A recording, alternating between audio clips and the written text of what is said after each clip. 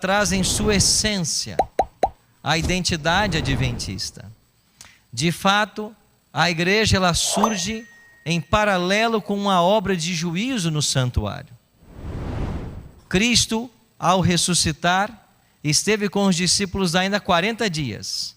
E depois ele deu a seguinte orientação: vocês vão para Jerusalém e esperem até que do alto vocês recebam a promessa do Pai, do Espírito Santo. E o livro de Atos registra que eles estiveram por 10 dias orando. Então completaram-se 50 dias da ressurreição. E na festa de Pentecostes, que acontecia 50 dias após a Páscoa, o Espírito Santo foi dado. E por que ele foi dado? Porque Cristo foi glorificado no céu. E aí, no dia de Pentecostes, Jesus começa o seu ministério sacerdotal no santuário. Com bases nos serviços típicos do santuário terrestre, Jesus deveria ser ao mesmo tempo oferta, sacerdote e sumo sacerdote. Na cruz ele foi a nossa oferta, e do ano 31 da sua ascensão até 1844 ele atuou como sacerdote. Agora, como chegamos ao ano 1844? É através de outra profecia, de Daniel 8,14 e Daniel 9, 24 a 27. Lá é dito que quando se passassem 2.300 tardes e manhãs, o santuário seria purificado. Essa profecia aponta para o dia 22 de outubro de 1844. Naquela terça-feira, Jesus deixa a função sacerdotal e passa a assumir a função sumo sacerdotal. Nesse mesmo dia, ocorre o grande desapontamento milerita, previsto em Apocalipse capítulo 10. E então nós temos o nascimento da igreja remanescente, a igreja adventista. A igreja adventista nasceu como um movimento profético.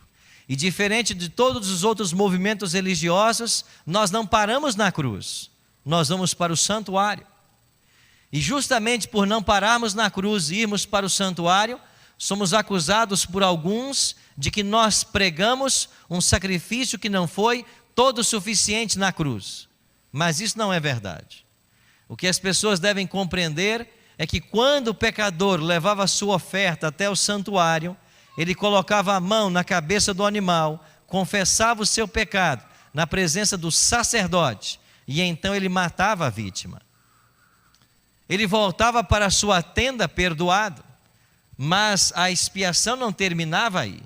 Agora era necessário que o sacerdote pegasse o sangue desse animal e entrasse no santuário, molhasse os chifres do altar de incenso, em alguns casos aspergisse na cortina que separava o santo do santíssimo o sangue da vítima.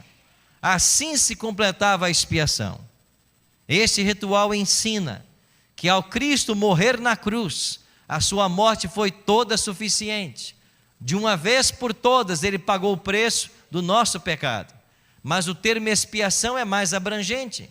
Significa que ele agora, no santuário, ele vai expiar os méritos do seu sangue para a alma anelante, para as pessoas que desejam ser salvas.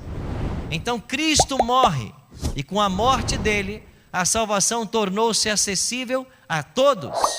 Mas somente aquele que crê e que reclama pela fé a justiça de Cristo, recebe agora no santuário os méritos da sua expiação. Por isso a obra de Cristo é tão importante. Por isso o santuário ocupava o pensamento dos escritores bíblicos. Por isso a Bíblia é clara em dizer de que se existia um santuário na terra, conforme Êxodo 25:40, ele é cópia de um santuário no céu. O santuário terrestre, ele tinha 3 propósitos básicos: ser a morada de Jeová, ser o depositário da lei de Deus e perpetuar e ampliar a dimensão tipológica dos sacrifícios como meio de perdão e salvação. É isso que fazia o santuário. É por isso que o livro de Hebreus diz que aqueles, referindo-se ao povo do Antigo Testamento, receberam o Evangelho como nós, ou seja, através de figuras e simbolismos, através das cerimônias do santuário, eles receberam também o Evangelho. Há um santuário no céu. O livro de Hebreus, capítulo 8, que nós lemos os 2 primeiros versos, vai declarar no verso 5: os quais ministram em figura e sombra das coisas celestiais.